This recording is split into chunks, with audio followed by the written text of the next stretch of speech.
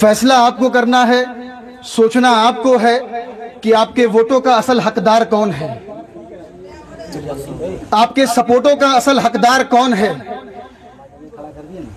آپ سوچئے کہ یہ جو موقع ہے، طرح طرح کے لوگ آپ کے درمیان میں آئیں گے، خوب لچھے دار تقریریں کریں گے، بڑی بڑی باتیں کریں گے آپ سے، مگر اس میں اب بہکنا نہیں ہے۔ اب یہ سوچئے سمجھئے پہلے چیزوں کو کہ کون ہے وہ آدمی جو آپ کے اچھے برے وقت میں کھڑا رہے گا، کون ہے وہ جب آپ کے ساتھ کوئی سانحہ پیش آئے گا تو پیش آپ کے لیے آگے آ کر کے لڑنے اور بولنے کا کام کرے گا۔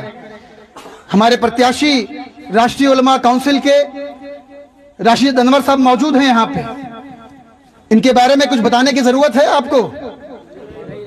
سوچئے آپ کہ جس آدمی نے پچھلے 11 سال سے ارریہ کے اندر سنگھرش کیا، آپ کی لڑائی کو لڑنے کا کام کیا، آپ کے ہر سکھ دکھ میں آگے آنے کا کام کیا، جب وقت آیا تو اس کے ساتھ دھوکہ کیا گیا، فریب کیا گیا، اس کا صرف استعمال کیا گیا 11 سال۔ جس آدمی نے اس قیادت کو لا کر کے یہاں پہ کھڑا کرنے کا کام کیا تھا، اس کے ساتھ اتنا بڑا دھوکہ کرنے کا کام کیا گیا۔ یہ جواب دہی طے ہوگی کہ نہیں ہوگی؟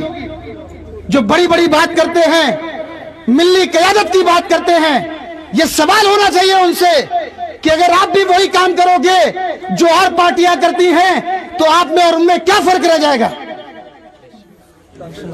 یہ بات صحیح ہے کہ غلط ہے؟ یہ سوال ہونا چاہیے کہ نہیں ہونا چاہیے؟ اور ہم لوگوں نے بھی یہی سوچ کر کے قدم پیچھے ہٹا لیا تھا۔ راشٹریہ علماء کونسل اور اس کے قومی صدر مولانا عامر رشادی صاحب نئے نہیں ہیں سیمانچل کے لیے۔ 2017 کے اندر جب باڑھ آئی ارریہ کے اندر تو 5 ٹرک ریلیف لے کر کے یہاں پر آئے تھے، کام کیا تھا ان لوگوں نے۔ اس علاقے میں ارریہ کے اندر مولانا کا جو ادارہ ہے اعظم گڑھ میں جامعۃ الرشاد، اس کے پڑھے ہوئے ہزاروں بچے ہیں رشادی یہاں پر، جو بہت دن سے بول رہے تھے کہ مولانا قدم بڑھائیے سیمانچل کے اندر، قدم بڑھائیے ارریہ کے اندر، مگر پچھلے چناؤ میں ہم لوگوں نے قدم پیچھے بڑھا لیا تھا، یہ سوچ کر کے کہ چلو ایک ملی قیادت کام کر رہی ہے، لڑائی لڑ رہی ہے، چناؤ لڑ رہی ہے، چھوڑ دیتے ہیں اس کو، لڑ لینے دیتے ہیں۔ مگر جب لوگوں کے بات سننے کو آئی، کس طریقے کا کام کر رہے ہیں آپ؟ کیا فرق رہ جائے گا آپ میں اور غیروں میں؟ یہ لوگوں نے ڈیمانڈ کی۔ جب ان کے ساتھ غلط کیا گیا، ان کے ساتھ دھوکہ کیا گیا، ان کو خون کے آنسو رونے پر مجبور کیا گیا، تب مولانا نے ہم لوگوں کو بھیجا کہ جائیے بڑھ کر کے راشٹریہ علماء کونسل کے نام سے ان کو سہرا دینے کا کام کیجیے۔ اور یہ سوچ کر کے ہم لوگ آئے ہیں کہ ایک ایک گاؤں جائیں گے ارریہ کے اندر اور لوگوں کو بتائیں گے کہ کس طریقے سے غلط کیا گیا ان کے ساتھ۔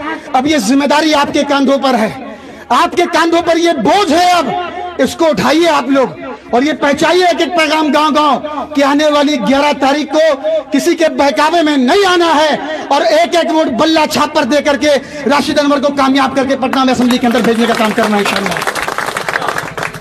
میرے دوستوں اور ساتھیوں، بہت کچھ بات کہنے کے لیے، اور یہ بات کو اپنے دل، دماغ، جگر، گردے، تل میں بیٹھا لیجئے کہ نہ ہم سفر نہ کسی ہم نشی سے نکلے گا، ہمارے پاؤں کا کانٹا ہم ہی سے نکلے گا، اور غیر پروں پر اڑ سکتے ہو حد سے حد دیواروں تک۔ یہ جو گھوم گھوم کر کے بات کر رہے ہیں لوگ، مہا گٹھ بندھن کی بات کر رہے ہیں، ہم کتنی سیٹ پہ لڑ رہے ہیں؟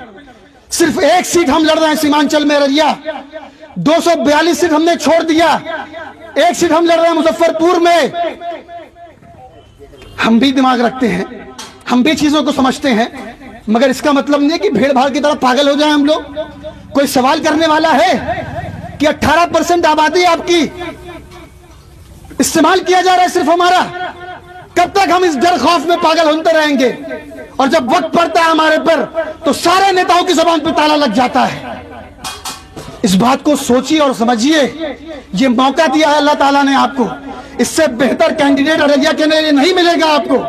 جس طریقے سے انہوں نے کام کیا پچھلے سالوں میں، تو میں گزارش کرنے آپ کے بعد آیا ہوں، میں پیغام لے کر کے آیا ہوں مولانا عامر رشادی صاحب کا، راشٹریہ علماء کونسل کا، کہ آئیے ایک ایک ووٹ ان کے حق میں ڈالیے، ان کو کامیاب کیجیے۔